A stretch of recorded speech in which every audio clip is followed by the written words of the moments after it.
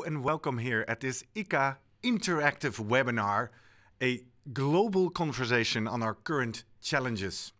My name is Gerrit Heikoop and it's an honor that I can be your host this afternoon, either on the ICA website, icaworld.org/COVID-19, or welcome to our audience on Facebook who's watching as well, or if you're watching this later in recording in our Knowledge Hub, welcome to you as well.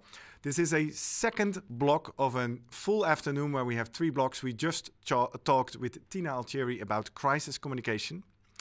This block is titled Legal Issues, Contracts, Insurance versus Long-Term Partnerships. And it makes it sound like you're going to get all the answers on what you can or should do legally at this point. Let me tell you, that's not exactly what you can expect from this next hour. This next hour is a first time where we do what we do best here at ICA, the international family of people involved in international association meetings. We come together, we embrace, virtually in this case, and we listen to each other's stories. And that's why I'm very honored and proud that this hour we have an interactive panel with 4 very different perspectives. We'll hear the perspective from an association who had to cancel their entire meeting for the very last minute. We'll hear the perspective of a professional congress organizer and association management company about what's happening to all their clients at this moment. We'll listen to someone who's representing a destination and all the venues in that destination and what does it mean for them. And also we have someone who has knowledge about the insurance world, who is an insurance broker, who can maybe fill us in on some of the definitions and rules and boundaries that may apply. But as we all understand, we are a global community. Local rules and regulations are all very different. So let me make the disclaimer here that anything you hear or see on this webinar has no legal status. It's an exploration. In order to make sure and understand that who we have in this room, who we have in this virtual room together, it's important that you participate with us. Or important, it helps you. In 2 ways. First of all, let us know through the interactive polls who you are, where you're watching us from. And if you're joining this on Facebook, hit the link in the description, open up a second browser window or pull out your mobile device from your pocket, direct your browser to slido.com and use the event code ICA Global Conversations. And I just pushed the poll live again, and if you've been with us from the previous hour, you may have answered this already, but why not fill it out again? Because we're curious to know. This is a way to actually show you all that you're not just sitting there alone by yourself in a room, in an office, wherever you are. We see that about 60% of our audience who's filling in the poll is based in Europe. 15% is joining us from Asia. And Latin America and North America represent both, so 7 and 8%. If we then look at the different countries, we still see that we have people from Sweden, France, Austria, Germany, a very international crowd as well. We have a lot of people involved in association meetings. 85% is involved in those meetings. And we have a lot of people from the destination marketing sector. We have more people than the previous hour joining from the association sector, meetings management, and also more and more venues are getting on board. And I'm curious how many of you are new? Only 10% is joining. So for the most of you, you know how this works. You know how you can be interactive with Slido. And you also know that you can use the Slido tool once I close this little poll in a minute to actually have an interactive chat with each other. You can like certain questions or comments from others. They will be pushed to the top of the list, and those will very likely be the questions that I ask on my panel. And you can also reply by yourself. If you see questions or comments or hear stories and you want to express yourself, please hit reply and use it as a chat functionality as well. But before we go to our panel, I would like to kick off this interactive webinar with a word of welcome by ICA's Chief Executive, Senthil Gopinath. Senthil, are you with us this afternoon? Again, a warm welcome to all of us who are joined for the second session. It's fantastic to see all of you continuing from the first session. Majority of you are back here. That clearly shows how important, how powerful the ICA family is. Thank you very much to all our panelists for taking the time and sharing your knowledge, which is very vital. Like I said in the first session, most important is for us to communicate and collaborate. So this is vital. I truly welcome the ICA President, James Rees, once again, and the board as well for continuously being with us and supporting. So yeah, yet again, another very thought-provoking session. Feel free. The key is be very interactive as possible. We are here as ICA to support you in all aspects. So ask all your questions, be participative, and I'm sure we have a great panelist who will be able to answer your questions. Thank you. Thank you, Senthil. And like in the previous block, I'll be checking in with you at the end of this block as well. Stay tuned. Now, before I go and introduce my panelists, let me invite you again to be active and take notes. In the first block, we did that very well. Over 90 people answered my homework question, which was, what are your most important takeaways from the session from Tina? I'd like to do that, the same thing again at the end of this session as well. And if you submit all your takeaways to the Slido tool, we will use that and gather all those answers and publish it together with the recording of this interactive webinar in the ICA Knowledge Hub. If you're now on Facebook or you're somewhere on YouTube coming across this video and you're not sure where that is, it's very easy to find. You surf to icaworld.org and you click on the button Knowledge, and there's an extensive collection of all the news and all the insights that you need to know if you're involved into international association meetings. Now with that, no further ado, to introduce our panel here today. Let's see if we can bring them up on the screen. First, I'd like to say hi to Leslie Zeck. Leslie, you're the Director of Meetings at the American and International Association for Dental Research. Leslie, can you hear me? Yes, hello. Hi, everyone. Hi, Leslie. Welcome. Glad you're joining us. Second, representing the PCO and Association Management Company perspective is Greg Talley. Greg, you're the President and CEO of the Talley Management Group. Greg, how are you? Good morning, everyone, and welcome to my colleagues around the world. Good to be with you. Yes, thank you for joining us as well. And the third panelist we have is representing the Convention Bureau, Destination Marketing, and through that, a lot of venues perspective is Eileen Crawford, who is the Head of Conventions at the Glasgow Convention Bureau. Eileen, can you hear us? Hello, I can hear you very well. Can you hear me? Nice to see everybody. Hello. Yes, we can hear and see you very well. Thank you. Beautiful flowers you have there in your background. And finally, our the fourth member on our panel is someone who has a lot of experience with insurance, especially for non-profit organizations. It's the Vice President of USI Insurance Services, which is an insurance broker, Mr. Justin Weiss. Justin, can you hear us okay? Yes, I can hear you great. Looking forward to speaking to everybody here today. Good morning. All right, thank you. Well, we'll make a first two rounds through our panel, and if at any time you have a question, please use this interactive chat panel in Slido to send in your messages or questions.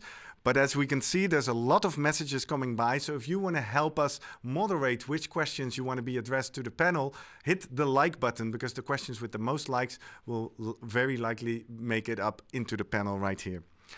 But before we do that, I first want to get to know you as panelists a little bit better. And I want to start with you, Leslie. Can you just describe to our audience around the world a little bit about your association, your organization, and how the COVID-19 crisis is currently affecting you? Thank you. So I am the Director of Meetings for the International Association for Dental Research based in Alexandria, Virginia, near Washington, D.C. And last week was to have been our International General Session and Exhibition here in Washington, as well as our centennial year, 100th anniversary celebration with a gala planned. 1 week before the meeting, we had to cancel for a variety of reasons. We started dealing with this crisis back in January because we have 700 members from China. We actually even considered Wuhan as a destination for this meeting for next year. So it was wow. So this came very close already. It surely did. We had exhibitors from Japan. We had at least from China. We had 6 events, and they started canceling very early on, but we never saw this coming. So now we are in the crisis mode full force. Yeah, I think we spoke briefly on last Friday, and that was literally the day of your centennial gala. It was. When you told me the first time, you literally feel it in your stomach, right? What can you describe?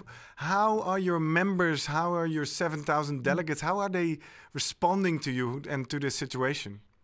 I've never seen such an outpouring of support from our members, our board members in particular, who took the time to write emails and say, how are you feeling? We're all so sorry. I mean, there is definitely a need to get together face to face and come together. So of course, a deep sadness and regret, notwithstanding the need to present the science, the need to earn continuing education. So we very quickly mobilized. We also had some governance and voting issues to attend to. So within less than a week, we mobilized virtual council meetings with voting so we could take care of those issues.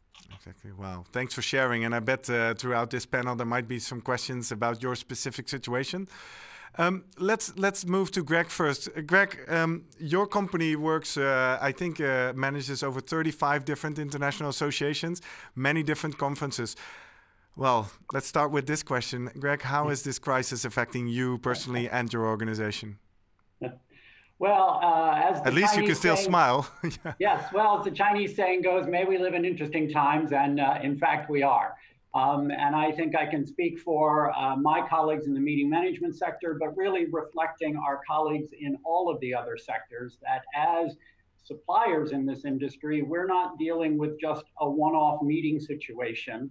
We're dealing with many multiples of that. And so in our case, it is literally 35, 36 different client organizations, ranging in size from a couple hundred in a city here in the US to international meetings for tens of thousands. In fact, I'm 90 days out from a 50,000 person event scheduled once every 5 years in Detroit, Michigan, here in the United States. So we are living this literally hour by hour, not just for that client, but again, for about 35 other clients. But that is no different than literally every other supplier in our community. And obviously, we're all in touch with each other. Leslie's in touch with her suppliers. We're in touch with all of our supplier groups times 35 to keep those communications going and make the decisions that need to be made for the current situation, the midterm, and longer term. And I think that's something we'll come back and chat about as we go through the morning. Yes, and because you mentioned this huge 50,000 delegate event 90 days out, it sounds like it's still on the table. To what point, how far ahead have your meetings been affected by direct cancellations or under threat? Well, that's where it gets interesting, and I'm sure Justin will weigh in on that a little bit later in terms of how far ahead can we make decisions based on legal issues, insurance issues, and quite frankly, ethical issues about what do we owe to our attendees and what do we owe to our supplier partners and our destination partners. So that really does get into a bit of a tricky situation based on how and what decisions you need to make and how that gets factored by certain insurance considerations or legal considerations. And I recognize that's different all over the world. So each and every event has a very unique set of case and circumstances that you really need to understand and then be in touch with your legal team, your insurance team, and your supplier team to understand all those different perspectives and how any decision could impact your organization going forward. And I think that's the other role that we all play now, and again, in the supplier community, and Leslie's playing in her team, is we're not just dealing with this event, we're dealing with the organization's future. In many cases, these events represent 30 to 50% of a nonprofit's funding on an annual basis. So we're now actively engaged with the organizations, the boards, the leadership to talk about the impact of this, to talk about what the alternatives are, to talk about where we go from here.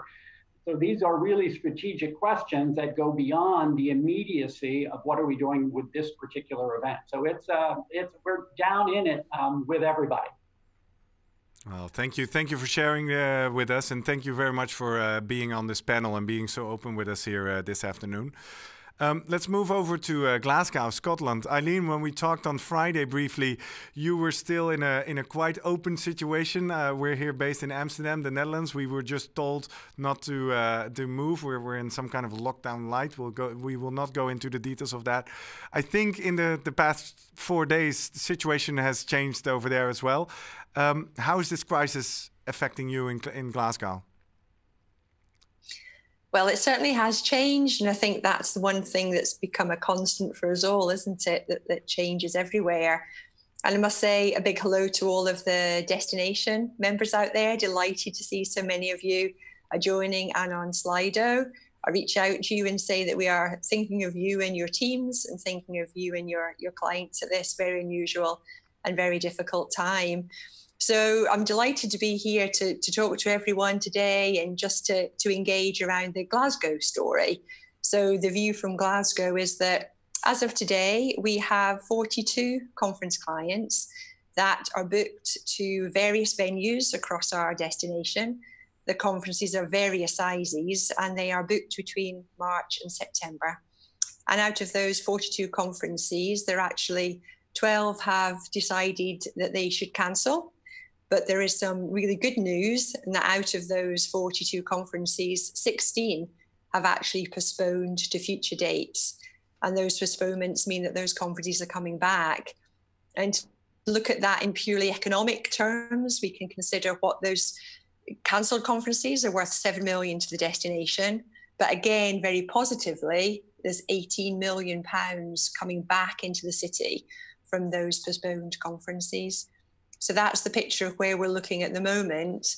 And the Team Glasgow are just working together to really support those clients at this really difficult time. Well, thank you for that and having the numbers ready as well. Since we are very live, let me, from the corner of my eye, a question comes in directly for you. So Justin, hold on, I'll come to you in a second. It's a question shared by Wolf Kerkhoff, which is receiving a lot of thumbs up. So why don't we push it straight forward? Eileen, what do you recommend to Congress centers and destinations on how to handle the financial aspects of these postponements or cancellations in view of the post-corona times? So first of all, are you in conversation with your partners on this topic? And do you have any clear recommendation yet? Or is this a case-by-case situation? It may be that Justin's actually more qualified to answer that. But I would say that on a case-by-case basis, each venue have been completely open with their clients on what they can and can't do.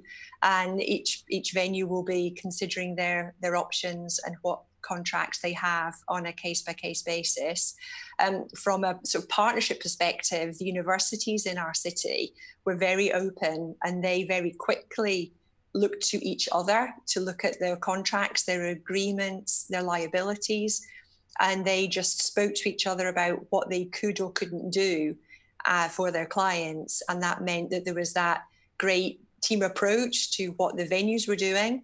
They were very open with what they could do, and they shared that best practice knowledge between themselves.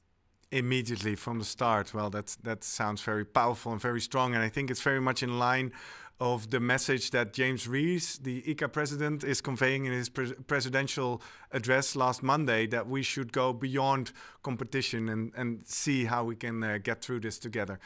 Thank you for sharing. Now, Justin, as per my introduction, you have a lot of experience with insurance, and you're an insurance broker for non-profit organization. Let's start with taking a look into your office. What is happening right now on your side in relation to this crisis? So at this time, really what we're trying to do is create clear lines of communication for our clients and really create expectations as far as how to move forward with claims, what we should be anticipating from a coverage standpoint, and also, how to help mitigate the expenses for our clients as of today and handling the current insurances they have in place. But as a whole, the real challenge is this is such a unique event that there really isn't any certainty at this point in time. So we're really trying to create that strategy for our clients. And with most of our associations and nonprofit organizations, their real concern at this point is a loss of income, either through their event cancellation coverages or their business income policies. And really what it all boils down to is what's in that contract, what's in that policy. And for the vast majority of clients, what you'll find is there are exclusions related to virus, communicable disease that really are going to limit your ability to file a claim in these scenarios. The good news is there are some clients that are out there that have elected to purchase that additional coverage for communicable disease. Typically, this would have been purchased as an add-on endorsement for an additional premium. And and would have really needed to have been done prior to January, as nearly all insurance carriers at this point in time have backed out of offering that coverage. So, from our perspective, it's okay, what do we do now? So first step, I think, is Eileen, referenced, we need to go back and start looking at the contracts that we have in place. What are we on the hook for? What obligations do we have? Once we've gathered that information, I think the next step really needs to be getting your policies from your broker, reviewing the coverage language, and then deciding if we have coverage, let's move forward with filing a claim. Because what we also have to keep in mind here is the insurance carriers that do provide the coverage, they're also in a very difficult time themselves. They know they're going to be forced to pay out some of these claims. They're burdened right now with the amount of phone calls and claims that are being submitted. So what we recommend doing is the broker is setting up a call with the team that you have internally with your broker, and also tying in the claims adjuster to make sure that you can really have a strategy to move forward with the claim. And I'm sure one of the things or concerns that are going to come up for many associations is, what do we do with that event in July or in August? Where are we going to be at this point in time? And what we've found as an agency, that by having those conversations now with your adjuster, by filing that claim early, what we're trying to do is create that partnership with them. So one, we can show them, look, we're doing everything we can on our end to help mitigate these costs. We're going to reach out to our vendors. We're going to reach out to, the hotels that we have contracts with, and look at what those cancellation provisions are. And we want your guidance to really see, one, please confirm that, you're going to be a committed partner of ours in those times in July and August to really step up and pay the claim. But two, we're doing everything on our end to help reduce those costs for you. So really, it's all about that communication strategy. And I guess the other part of that too is for the organizations out there that find themselves in a situation without coverage, we're also guiding our clients into continue to prepare as if you do have the coverage. Develop, the spreadsheets, gather really the information that you're going to need, because there still is the potential that with government interference that some of these policies are going to be required to pay. And we've seen that here in the United States with some legislation that's been brought up in New Jersey. And we anticipate this as an industry going forward, depending on what jurisdiction you're in. All right. Wow. Thank you for sharing that, Justin, with us. Leslie, were you backed up by an insurance for your cancellation last week? Oh, one second. You were muted there. 1 second. Could you start that sentence once again? Okay. So we do have insurance, but it does not cover pandemic. It's not something that we were even considering when we applied for the insurance. Exactly. However, we have this is a time when I think we reflect on our careers and what we do professionally, and everybody here wishes we were an advocate or an attorney, barrister, abogado, bargoshi, whatever you call it in your country. These are legal times where you do need to look at your contract language, your insurance policies, as well as carefully document, and I like that Justin said, your spreadsheets, what regulations and rules are being put in place on a daily basis, what borders are being closed, what flights are being prohibited. So these are all measures that we have to take into consideration as we collaborate with the destinations and the venues in trying to mitigate the expense. Exactly. Because can you share what are some of the legal things you have to deal with right now, and what is happening to the different contracts? Are you just held to pay, and how are you translating that, for example, to your delegates who probably paid? Can you sketch a bit of what's happening on your side? Certainly. So again, we were 1 week prior to canceling. Had we not had a board decision or vote to make that cancellation, the very next day, the Washington, D.C. Convention Center literally closed its doors, canceling a Congress that was in-house that day, early before they were finished, because they had COVID-19 exposure. So we're in a unique circumstance here in that, and then that same day, the next day, the Washington, D.C. mayor declared a state of emergency. And then different actions followed. So we are now in the process of carefully reviewing each and every one of our contracts. And this is where the force majeure language really becomes a major deal for everyone. And making sure that we can pay for the work that was done, but not pay for work that hasn't been done. And that's really important for a small association as we are, where our revenue is dependent on these meetings. Yeah, exactly. Yeah, Greg, you wanna continue on that? Sure, and I think it speaks to, again, the necessary need to begin gathering this information no matter what kind of state you're in or what coverage you have, because as we pointed out, this is changing so rapidly, and it's changing by jurisdiction, literally all around the world. So I think the basic principles are the same. Start that spreadsheet. What are your contracts? What are your contractors? What's been paid out? What hasn't been paid out? Where should you kind of put an immediate freeze, all tied to when is your scheduled event, what is happening in your jurisdiction of where it's to be held, what's happening in the jurisdictions of where your attendees are coming from. All of that feeds into whatever a decision is going to be and may eventually play into any decision as it relates to coverage. But I think as everyone's starting to see, this is very dynamic. And I think it's going to change the insurance industry going forward from here. So once again, I think we've got to realize we've got an immediate issue about right now, what are we dealing with that's right in front of us on our plate? What's changing midterm? And by midterm, I'm talking probably from July, August, probably about a 12-month period here that we're going to be looking at, depending on who you talk to. And then what does this mean longer term going forward for live face-to-face events? And I think there's a huge discussion to be had about each one of those scenarios because I think it's very challenging, and each one has its own set of challenges about what this means going forward for every single organization and every single supplier in a different way. Yeah, yeah. Now, the word force majeure was mentioned, and I see that a lot in the comments and questions as well. And I think there's some unclarity that maybe you can enlighten us with, Justin.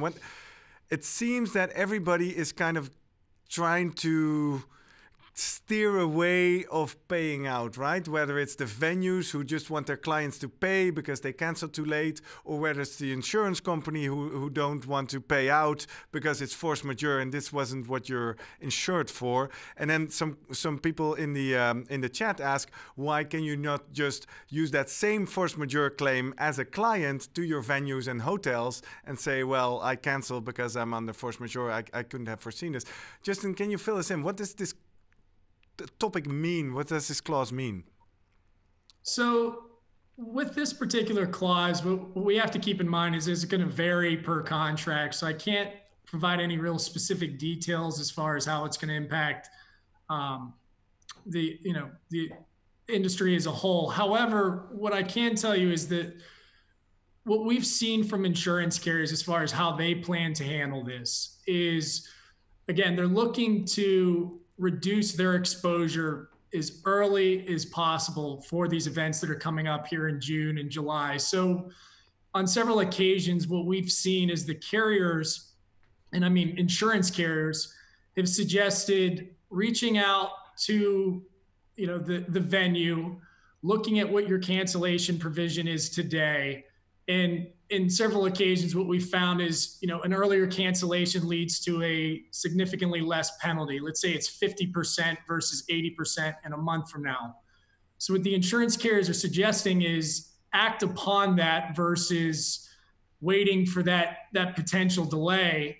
Look for another opportunity to either, have this event or essentially have this event as more of a online platform. That way you're still receiving some revenue in the meantime. But as a whole, what they're doing is taking a wait and see approach and saying, send the cancellation, refer to that clause within your contract. Once the claim is filed on our end, that's when we'll begin the negotiations as far as what we'll ultimately pay under your specific contract. So I understand that's not as clear as most would like to hear, but again, it's certainly something to look into, whether you have coverage or not. But certainly the insurance carriers at this point are waiting and holding off to provide any kind of clear answer for what they plan to do. All right. Well, thank you. Eileen, I see some questions and one that is upvoted quite a lot. What about, and Greg was referencing to this as well, what about this midterm scenario? Let's say we're looking at events in June. I'll get to Greg's perspective on that in a second, but how do you look at that as a destination and as the venues that you represent in that destination? What stories do you hear about that? Yes, hello there again, everybody. I saw the questions coming in about what does postponement mean? What do we mean by that, and how flexible can everybody be when we're looking to postpone? And that comes down to the nature of every client and association. They have conferences maybe annually. So if they're going to meet again in 21, does it make sense for them to meet so close together? So it's about being able to be as flexible and consider the client's pattern of meetings. And yes, within Glasgow, as an example, there are conferences that are now postponing into 21 and leaving a lot more flexibility, not to try and pressurize clients to take dates in 2020 if that doesn't fit with their date plans. So as everyone's been saying, conferences are very much part of the solution. We're going to be coming back, and as well as the academic excellence, we're talking about economic recovery. So we as destinations, and hopefully destinations logging in today, want to have those conferences back. So let's work together. Let's look to dates in the future, and where possible, where the associations can be flexible with their dates, where destinations with their venue options can be flexible, let's try and fit in a date that works for both parties. And then the associations keep meeting and the venues and destinations still do well with the economics. Well, let's hope a lot of our fellow destinations and venues listening take this message to heart, because if we all try to solve it in this manner, then hopefully we have somewhat of a soft landing. And although there still will be a lot of pain, I bet, in different areas of the industry. Greg, there's a question that has received a lot of upvotes, which I think is best addressed to you, as you are in touch with a lot of different associations, and that is about the rotation. And obviously we cannot say that in general, and Leslie, maybe you can comment as well, but it's a question from Amélie asking, in what state of mind are the associations regarding the current applications, not only for 2020, but 2021 and beyond? Do they plan to postpone the year +1, the 2020 editions, or are they resuming the established rotation? Are they just skipping 1 year? What do you see happening there, Greg? Yes. Both. Everything is under consideration right now. I think every group is scrambling to answer those exact questions about what makes the most sense given what their event calendar might look like. And again, that's where every group is completely different. So I think everyone is trying to do that same calculation of what makes the most sense for us and our stakeholder set, factored by risk. Obviously, the issue of risk has now risen way up on everybody's radar screen, and I think that is one of our challenges here in midterm. Because if you listen to the epidemiologists, this is not a one and done scenario with this disease. And I hate to be the bearer of bad news. This goes on. They're talking about successive waves until this levels within our global population. So the midterm period here, I think, looks just as challenging for us as some of the immediates. And I know the hope was for many groups, let's just postpone to the fall. And I think we've got to realize we've got a hangover coming, a bad hangover coming from this first wave. There's going to be a health hangover, meaning there's going to be successive waves on this that may lead to additional restrictions and shutdowns and border closings, depending on what flares up where over the course of the next, I'm hearing, 12 to 18 months. That's potentially reality here. Yeah. You then have an economic hangover that we're all starting to experience. That economic hangover, unfortunately, I think also has a fairly long tail to it. These layoffs, shutdowns, everything we're experiencing is going to have a dramatic effect economically. What does that do to our stakeholders' budgets? What does that do to the risks we're willing and able to take on as organizations?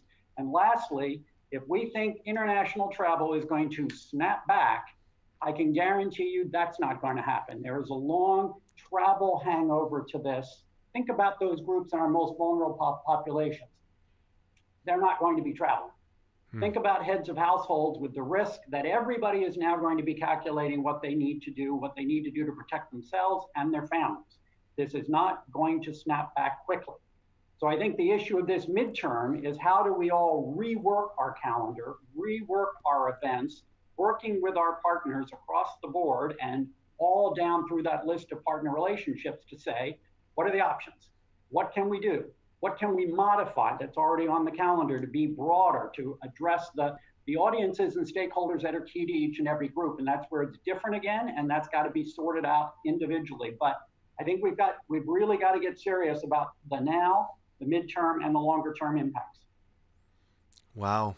Greg, for those of us who are watching and joining us and who were just thinking they were in this for 12 to 18 weeks, I think you've just kind of opened up our eyes, I'm afraid. Obviously, we're all looking in a glass ball. We don't know, but it does seem to make kind of sense how you're reasoning. It might be a nice segue into a question from Ben Hainsworth that just came in. Again, receiving a lot of likes. If you're just joining us, I'm using the Slido tool to kind of let you all moderate which topics we address here.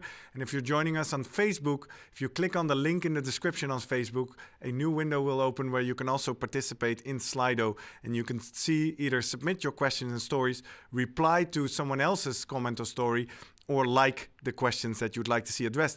And I think specifically the reply function could come into function here. I'm going to address this question to Leslie first, but it seems a broader question to all of us. Ben Hainsworth is asking, especially, I guess, after hearing you, Greg. Hi, everyone. Ben from EASL, Large International Association as well. It will be interesting. Whoa, where did he go? He's just receiving a lot of likes going up in my list. Will be interesting to see how associations and the partner community work together with or without force majeure to ensure that the association meeting industry can recover in due course. So this is actually someone from our client side, so to speak, also saying what can we do together as associations and together as industry to all survive this. Leslie, are you aware of any of such initiatives or anything happening that you're aware of?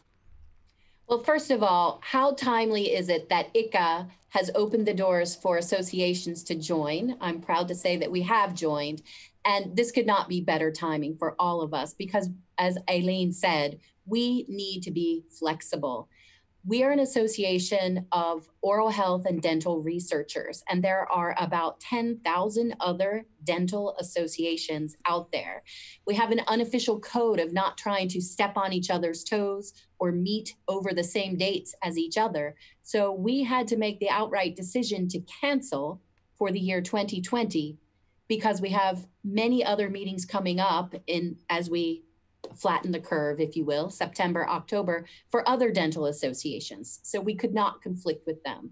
We also have another meeting coming in 2021 in March. So that would also impact the ability for scientists to present new and innovative research. So I think many medical, scientific, and other similar associations are facing that same situation. The second scenario that we have to consider as we look at this and try to negotiate with all of our venues are future venues. I saw that James posted that Excel is being converted to a medical hospital. What kind of perception is that going to give, as Greg mentioned, when we say, oh, we're going to be meeting in Excel London next year, and people think COVID-19 exposure. So these are scenarios as this is happening globally. Many of our convention venues are being repurposed and reserved for people who really need the care. So these are things we all have to think about. So James, we'll be back with you, not in 2021, but in the future, I assure you. Wow, thank you. And let me take the time to invite all our viewers to share their stories and initiatives on how in their part of the industry they're maybe doing similar things, how they're embracing each other, how they are cooperating. And I'd like to invite you to make that conversation public. Of course, you can submit it here through the Slido poll and show it to all of us. But why not make it more public and go on social media using hashtag ICA Global Conversations. Post it to LinkedIn, post it to Instagram, post it to Twitter, and share these stories of cooperation, of alignment, of future outlook, and how we can get stronger through this. From the corner of my eye, I'm looking at the clock, and I'm seeing this second block is already racing by, and we knew this was going to happen because this is obviously very interesting. It's a very important conversation, but also a very big and broad topic that we're not going to be able to address all at the same time. So I'd like to invite our panelists for a last round of first insights or learnings, and I see Senthil is still with us as well, so I'll end with you on that one, Senthil. A message now that you have the global stage here for this international meetings industry that we can do in the now. Let's stay close because we probably have more of these future ICA global conversations right now. Who of you would like to start? We'll go. Yeah, there you go, Leslie. So my insights are, we keep hearing the word unprecedented. Well, the fact is the precedent has indeed been set. So now I literally just read a newsletter this morning received from Conference Direct. So I'm going to quote Brian Stevens. We have to face a restructured workplace, redefined roles, and rapid relearning. Thank you. And we'll how we have to deal with that is something we're going to find out in the next few weeks and months. Yes. Greg, you were second to raise your hand. Well, so the good news is we know the value of live business events. That is very, very clear. The question is now, how do we repurpose, redesign those live events so that they can still have an essential qualities? As you heard Tina talk about, meetings, what are the right meetings we need to be having now? And frankly, how do we distribute the learning globally differently in light of the new reality? This is the new normal for us, folks.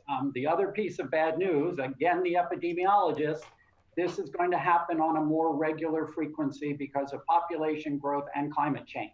So the learnings from this are going to be key for how we go forward. But the snapback to the way it has been, I think, has changed. So as an industry, we need to figure out what our unique value is now, knowing the value of live business events, but in this new normal scenario. And I think that represents all sorts of exciting opportunity for us, but it's going to be different. So let's start thinking about it, talking about it, and here we go. Well, and you just kicked that conversation off. Thank you very much for being with us this afternoon, Greg. Eileen, how is that from you? You already shared some beautiful stories about how you're cooperating in your destination. What is your final message for our global audience here this afternoon? Well, we're all in it together. I think there's never been such an opportunity to share knowledge, to collaborate, to learn from each other as well. We are all in it together, and I firmly believe, I'm sure all of us believe, that conferences will be part of that recovery, and we will need to keep meeting and discussing how we do it, and when we do it, we're all going to just do that journey together and wait and see on the other side. Yes. Justin, from an insurance broker perspective, fairly new into this global ICA family here this afternoon. Thank you for joining, and what are your final remarks for our audience? I think I couldn't agree more with the other comments of the other guests here today, but ultimately, I think from our perspective, communication is going to be key in this process as we move forward. And build your team out to make sure that you're working with valued partners that are going to be there for you in these challenging times. And also, the good news, while we certainly can expect this issue to continue for the next 12 to 18 months, as was mentioned earlier, I do think we're going to continue to see more clarity from the insurance world at this point to help you guys make those decisions. And as additional cases come about, we're going to continue to really be able to develop that strategy moving forward. And, you know, I think that's, again, goes back to that communication piece as a team. But wish you all well, and thanks for the opportunity to be here today. Well, thank you, Justin, and thank you for making the time. Now, before I come to you, Senthil, I'm also addressing our audience, of which I see quite a few are already submitting their homework, so to speak.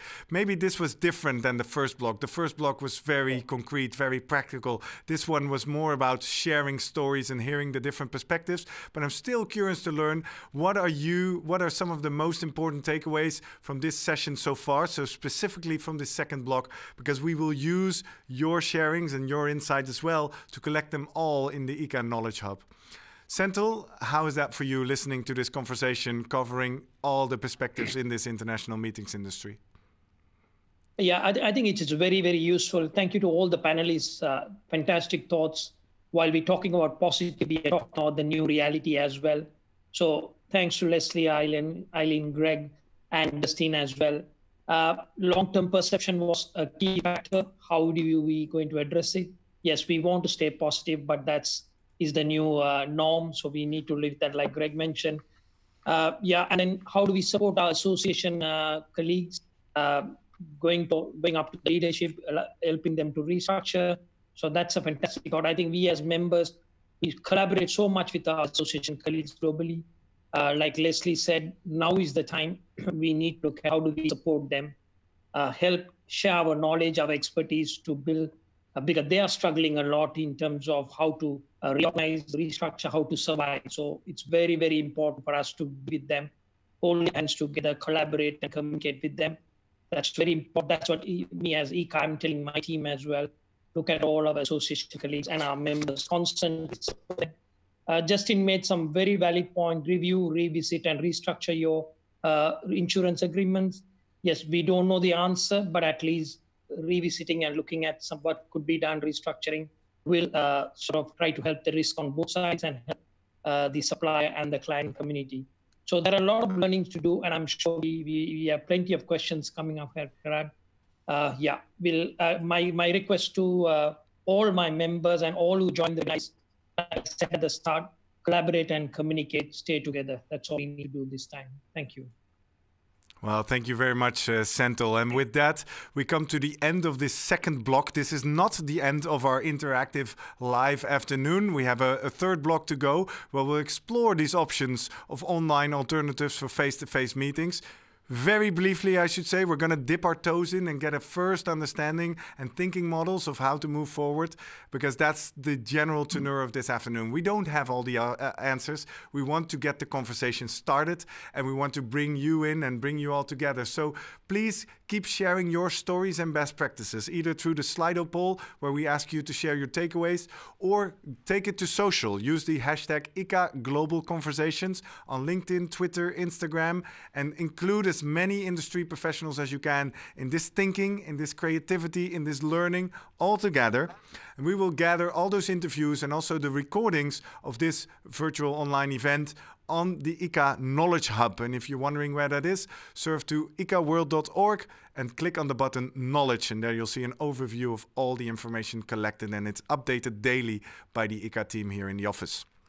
With that, we come to the end of this second block. I hope to see you all back in about 12 minutes. Again, it's time to pick up a quick refreshment, maybe stretch the legs, and we hope to see you in one of our future online or offline meetings. Thank you for now.